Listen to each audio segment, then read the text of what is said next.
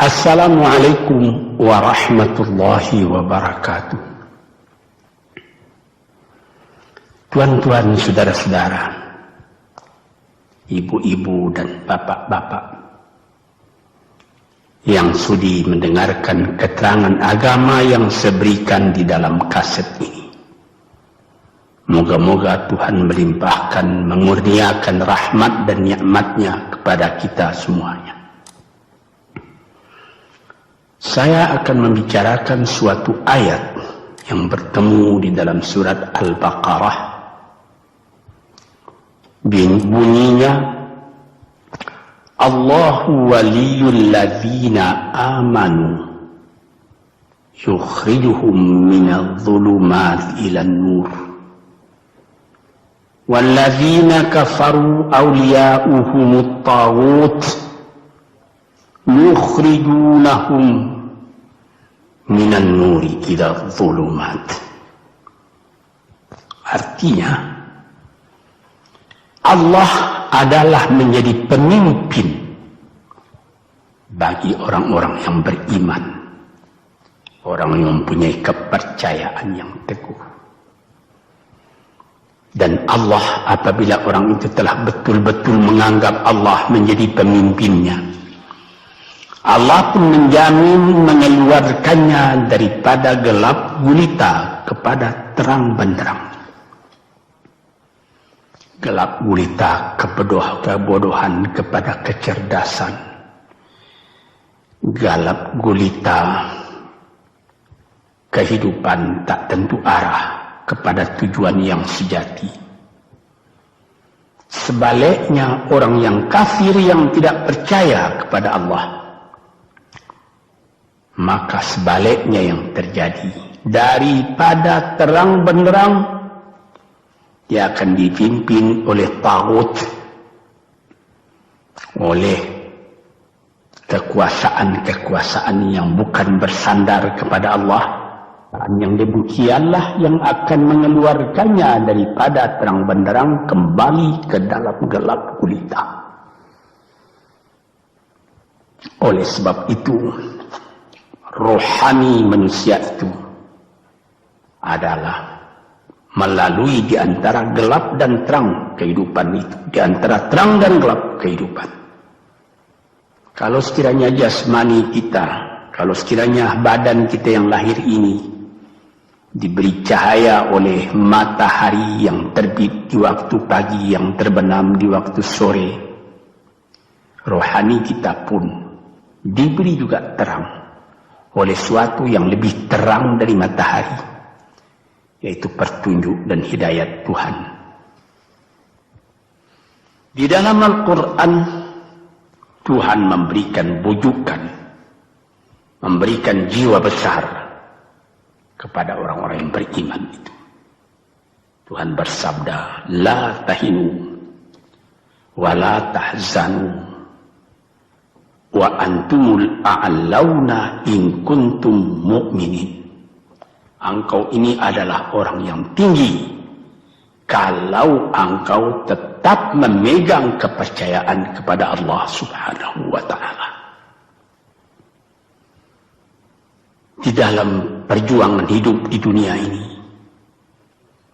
perjuangan antara yang hak dengan yang batil, antara gelap dengan terang, antara keyakinan dan keraguan, manusia berjalan di sekitar itu. Di kiri dan di kanan kita berjumpalah gelap dan terang itu.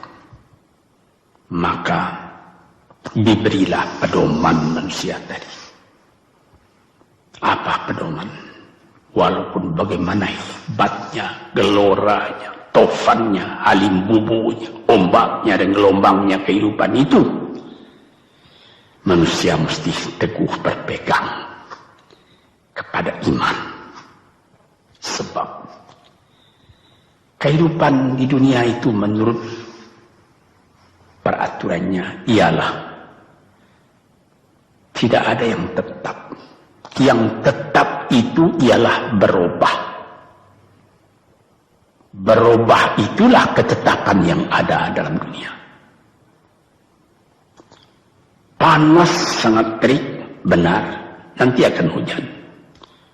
Hujan sangat lebat, benar, nanti akan panas. Di suatu tempat terjadi hujan yang lebat, berhari-hari timbul banjir. Iya, banjir itu tidak tiap hari, nanti dia kering lagi. Di laut pun demikian pula. Ada pasang naik, tergenang ke atas. Besok pagi air itu sudah kering lagi, surut pasang. Begitulah kehidupan di dunia itu. Itu harus kita yakini supaya kita jangan terombang-ambing dalam kehidupan itu. Kalau kita sudah mulai terombang-ambing, tahu-tahu walaupun bagaimana terangnya hari, gelap timbul dalam jiwa kita sendiri. Walaupun panas terik, kita berhujan. Hujan oleh keringat kita sendiri. Jadi yang penting di sini menjaga hati itu. Sampai Rasulullah Nabi kita Muhammad SAW, inna fil jasadi mudghatan, di dalam tubuh manusia itu ada suatu bekuan darah. Idza salahat salahal jasadu kulluhu wa idza fasadat fasadal jasadu kulluhu. Kalau ini segumpal daging baik, seluruh badan jadi baik. Kalau dia rusak, seluruh badan jadi rusak. Apakah itu? Hati. Hati. Kendali terletak dalam hati kita. Hati artinya penuh. Bukan saja berarti pada daging, tapi pada hati dari hati, isi dari hati, atau juga akal kita. Sebab itu, maka kalau satu waktu saya pernah mengajarkan doa yang mengandung 8 sifat-sifat lemah menghilangkan kemerdekaan manusia, hari ini saya pun akan mengajarkan doa yang diajarkan juga oleh Nabi. Bagaimana menjaga hati tadi. Di situ dalam doa itu ada tersebut 4 perkara.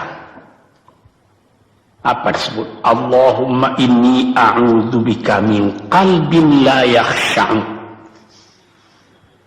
wa min ilmin la yanfa'u wa min nafsin la tashba'u wa min du'a illa yusma'u. Jadi 4 perkara. Yang pertama, Allahumma inni a'udzubika min qalbin la yakhsha. Aku sangat berlindung kepada Engkau ya Allah, janganlah sampai terjadi hati saya itu tidak khusyuk lagi. Ini bahaya ini. Mulai bahaya, mengancam kepada manusia. Kalau hatinya tidak khusyuk lagi, hati khusyuk yaitu hati itu tentu jelas tujuannya kepada Allah. Allah menjadi pegangannya. Allah menjadi bentengnya. Allah menjadi ingatannya. Allah menjadi tujuannya. Dan kepada Allah dia kalau sembahyang menghadapkan diri, menghadapkan hati, maka permohonan kita yang pertama kepada Tuhan, ya Tuhanku, janganlah sampai hati saya ini tidak khusyuk lagi. Sebagai orang Islam, kita sembahyang 5 waktu. Di dalam Al-Quran dikatakan sembahyang itu ialah khusyuk, terpadu ingatan kepada Tuhan. Tapi kalau kita sudah, hati itu sudah mulai ditumbuhi penyakit, walaupun sembahyang, mulai sejak Allahu Akbar, pikiran sudah menjalar kepada yang lain. Piutang belum menerima, utang belum terbayar, makanan belum masak, macam-macam lah yang teringat. Padahal kita dalam sembahyang. Ini apa arti sembahyang tadi lagi? Ini sudah mulai berbahaya ini. Banyak orang yang tidak meninggalkan sembahyang, tapi tidak ada bekas dari sembahyang itu kepada kehidupannya. Di dalam sembahyang kita baca inna salati wa nusuki wa mahyaya wa mamati lillahi rabbil alamin. Sesungguhnya sembahyangku dan ibadatku dan hidupku dan matiku sama sekali terserah kepada Allah. Ini dirasakan dalam hati, bukan cuma disebut di dalam mulut. Sebagaimana dikatakan, bukan jadi lip service sebagai seput tangan penggosok-gosok mulut, bukan begitu. Yang dari hati. Kalau sudah dari hati yang khusyuk, ini berbekas kepada kehidupan. Aku tak takut menghadapi segala keadaan dalam hidup sebab hatiku bertali dengan Tuhan. Dari Tuhan aku datang, kepada Tuhan aku akan kembali. Ini namanya hati yang khusyuk. Tapi kalau sekiranya bacaan tetap fasih tapi tidak ada lagi dari hati, melainkan rutin saja. Mayang 5 waktu sehari semalam, tapi tidak merubah kepada perangai, tandanya sembahyang tadi tidak khusyuk. Ini yang pertama kita minta kepada Tuhan. Janganlah sampai kita mempunyai hati yang tidak khusyuk, hati yang tidak teringat kepada Allah. Kalau hati tidak ingat lagi kepada Allah, maka segala pekerjaan yang terlarang sudah ringan saja kita mengerjakan. Menipu, berdusta, membujuk orang lain mengerjakan perbuatan yang salah,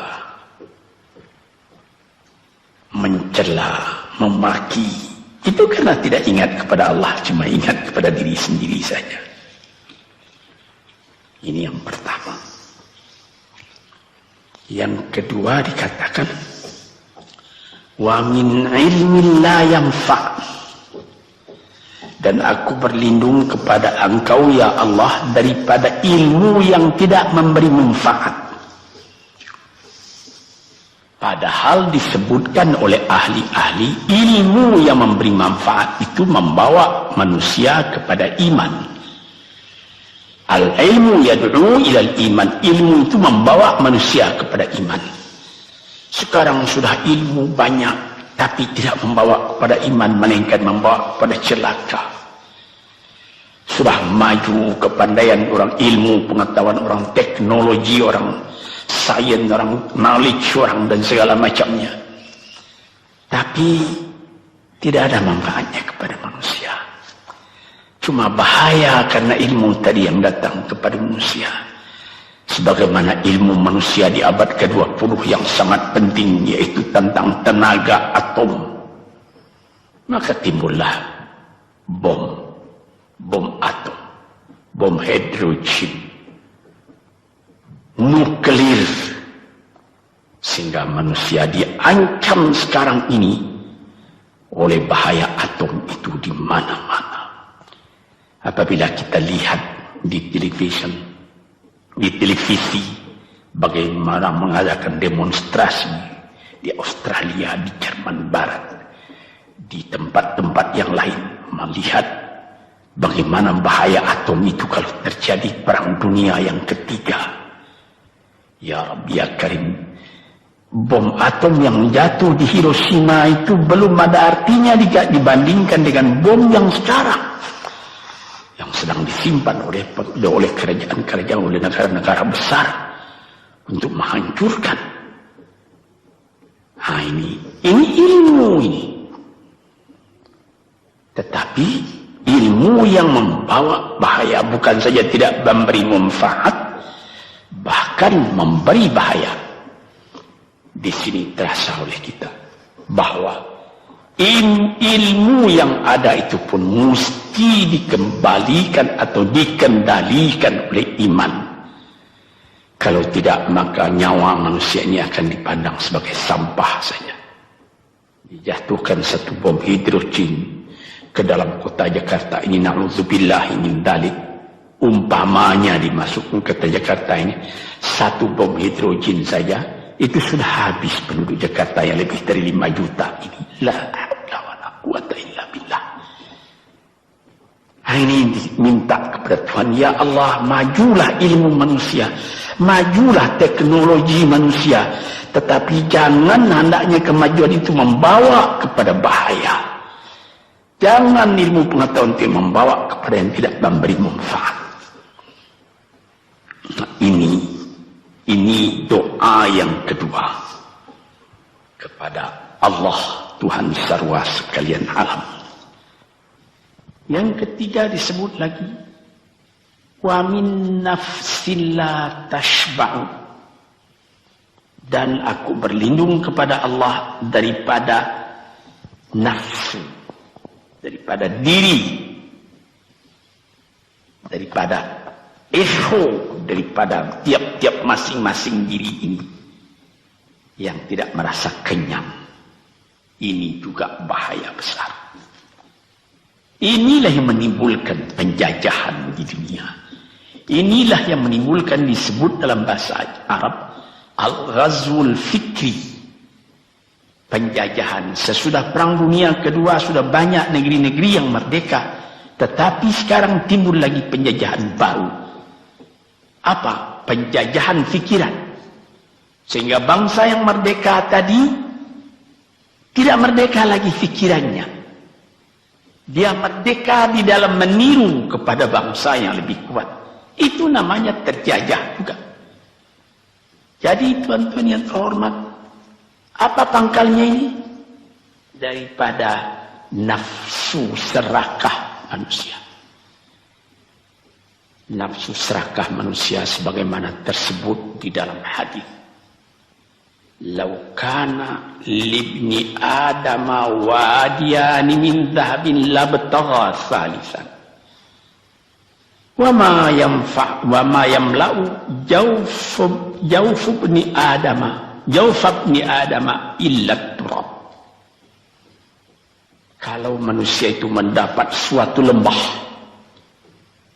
yang penuh dengan kekayaan emas, suatu lembah, dia ingin supaya mendapat satu lembah lagi yang penuh juga dengan emas. Dapat 2 lembah, dia minta 3 lembah lagi yang penuh dengan iman. Nafsu manusia tidak pernah kenyang. Padahal akhirnya kalau dia sudah menutup mata, tidak ada yang akan memenuhi perutnya melainkan tanah. Saya teringat akan cerita yang disampaikan oleh Graf Leo Tolstoy, pujangga Rusia yang terkenal, bahwa orang yang tidak mempunyai nafsu yang kenyang itu, pada suatu hari katanya, ada satu orang kaya mempunyai tanah yang luas. Dia mengatakan kepada orang, boleh tuan-tuan mengambil tanah kepunyaan saya ini, berapa tuan suka, berapa tuan mau. Syaratnya cuma begini, sepanjang yang tuan berjalan dari timur ke barat, lantas sebelum matahari terbenam tuan sampai kembali ke tempat tuan melangkah pertama tadi. Berapa saja tuan suka, boleh ambil tanah ini. Maka datanglah si tamak tadi. Tuan yang punya asli tanah tadi mengatakan, bawalah bakal, jangan lapar di jalan nanti. Baik, dibawanya nasi sebungkus, dia berjalan, jalan. Dari pukul 7 pagi. Kalau diambil kekuatan, hendaknya pukul 10 dia sudah makan. Melangkah lagi beberapa ratus meter atau sekian, nanti boleh kekuatan buat kembali. Sehingga sebelum matahari terbenam, dia sudah sampai ke tempat dia menuju bermula. Tetapi ini orang bernafsu betul, dia minta supaya banyak tanah yang dapat didapatnya. Dibawanya nasi sebungkus, tapi dia tidak jalan, di tengah jalan tak berhenti, kan nanti berapa meter itu nanti kalau saya berhenti, tanah yang kurang buat saya. Dia terus berjalan. Dia tidak ingat bahwa kekuatan masa pergi yang lebih cepat dengan kekuatan masa pulang yang lambat itu dia tidak taksir. Dia berjalan saja cepat-cepat. Sudah pukul 1 hari, sudah jauh perjalanan. Lantas nanti kembali. Kelemahan badan, kondisi dan situasi tidak sama lagi. Tidak secepat dia pergi dahulu lagi dia pulang kembali. Maka bukan pukul 7 dia sampai. Atau pukul 5 sore tadi dia sampai ke tempat dia berjalan bermula. Karena dia jalannya sudah lunglai. Kaki sudah penat, badan sudah letih. Kira-kira baru pukul 2 dia tidak dapat berjalan lagi karena sudah lapar. Dia coba makan sedikit pun tidak bisa lagi seenak makan yang tadi. Habis makan pun dia berjalan lagi. Pukul 3 dia terhenti. Jauh lagi baru sampai tempat yang pertama. Menurut syarat yang diberikan oleh mempunyai tanah yang pertama, kalau engkau tidak sampai ke tempatmu yang pertama tadi sorenya, tanah ini tidak engkau dapat lagi semua. Memang tidak sampai dia. Pukul 4 dia sudah berhenti berjalan, tidak kuat lagi. Mata sudah gelap. Akhirnya karena terlalu capek, terlalu penat, mati dia di tengah jalan. Berapa dia dapat tanah tadi lagi? Cuma sepanjang badannya untuk kuburannya, yang lain tinggal semua. Ini satu misal yang dibawakan oleh Graf Leo Tolstoy yang sesuai dengan hadis Nabi tadi, nafsul la tashba, diri manusia yang tidak pernah merasa kenyang. Kita berkehendak tidak berbatas, tapi tenaga kita sendiri berbatas. Ini kali tidak difikirkan oleh manusia. Dia punya angan-angan, dia punya macam teori yang dikeluarkan. Dia lupa bahwa nanti tenaganya itu akan terbatas karena sakit, karena lapar, karena tua. Sebagaimana pepatah dari nenek moyang kita, tanda-tanda dikirimkan lebih dulu bahwa kita tidak akan lama lagi di sini. Apa? Rambut,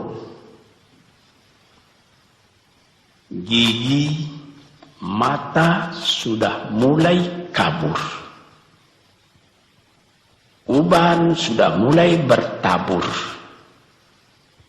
Gigi sudah mulai gugur. Kulit sudah mulai kendur. Kalau mata sudah kabur, uban sudah bertabur, gigi sudah gugur, kulit sudah kendur, sudah 4 perkara. Yang kelima ialah pintu kubur. Nah, ini kerap kali manusia lupa yang demikian.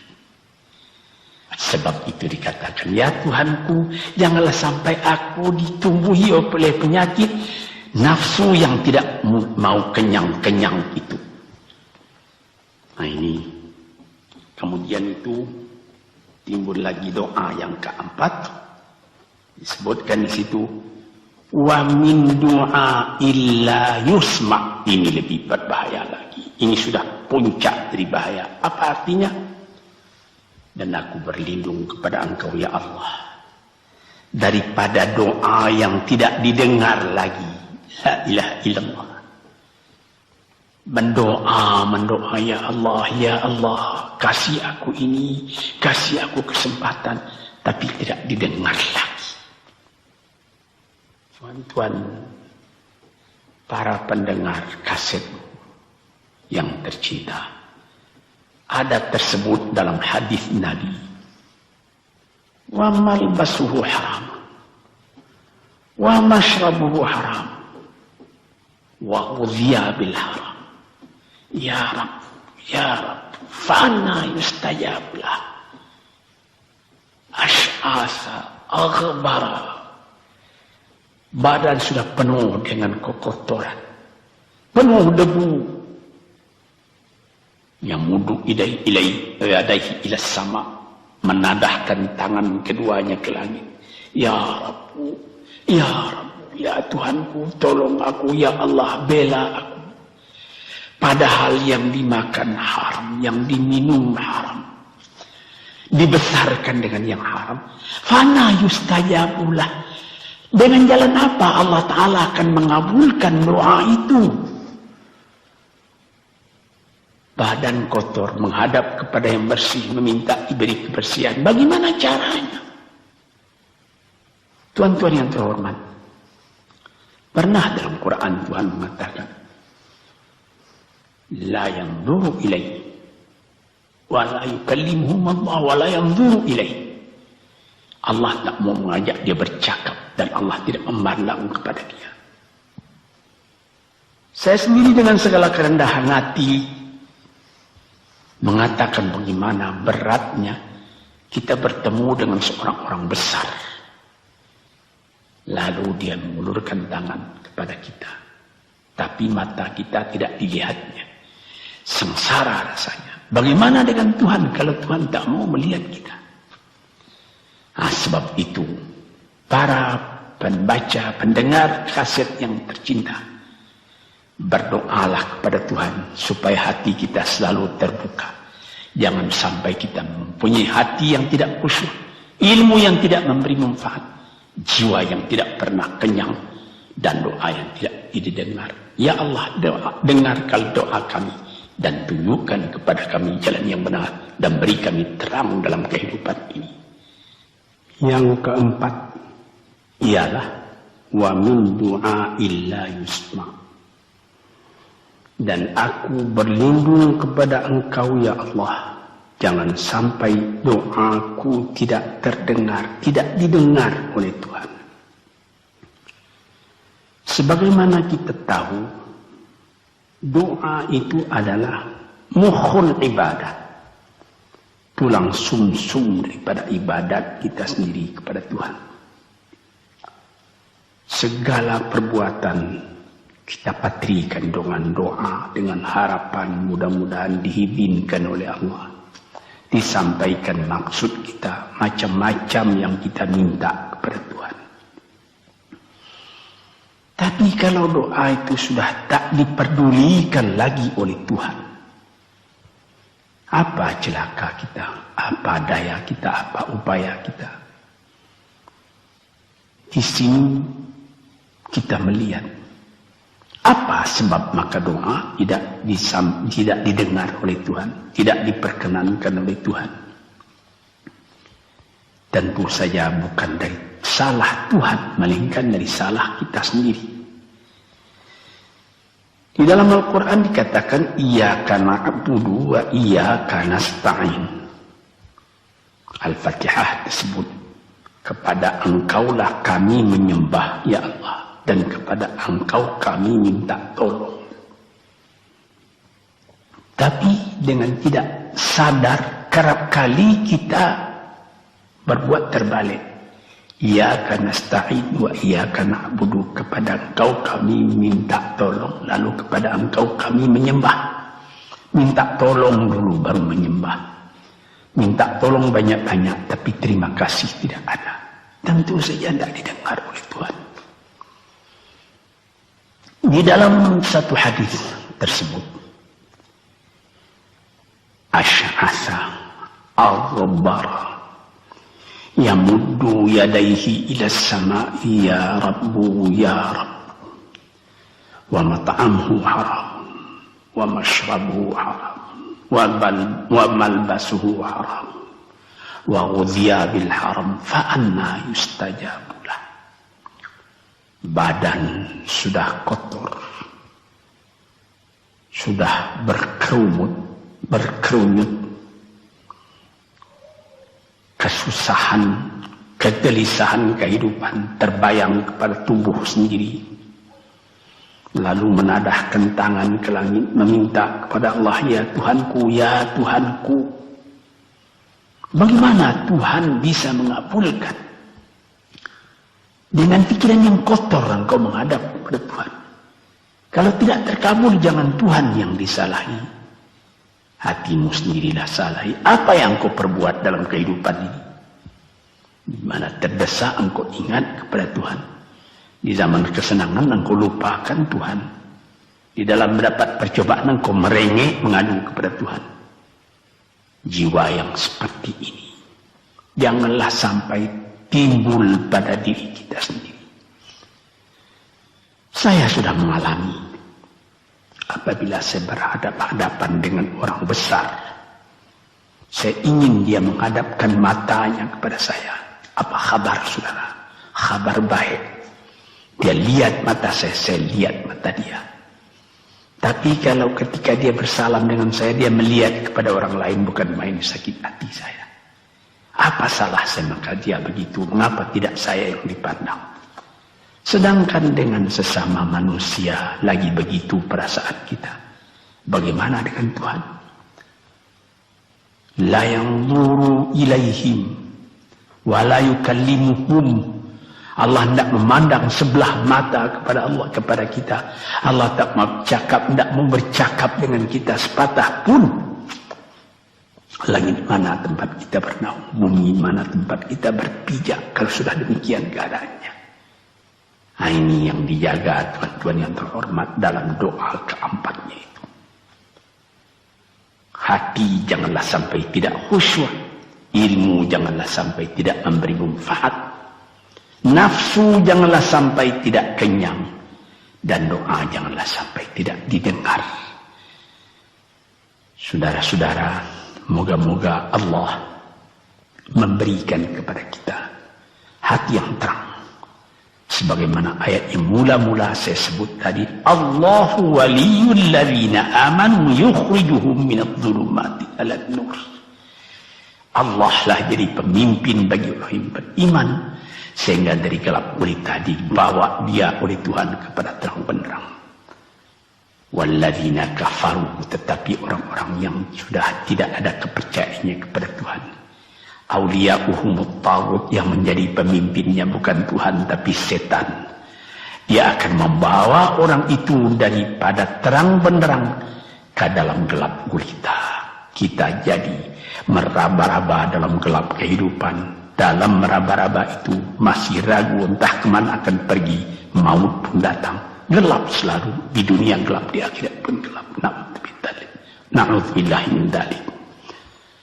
Hadirin yang terhormat, para peminat kaset ini, moga-moga semuanya ini menjadi kenang-kenangan kepada Tuhan di dalam perjalanan yang jauh, di dalam keistirahatan hidup, sehingga mendapat ketetapan hati dan tumakninah. Assalamualaikum warahmatullahi wabarakatuh.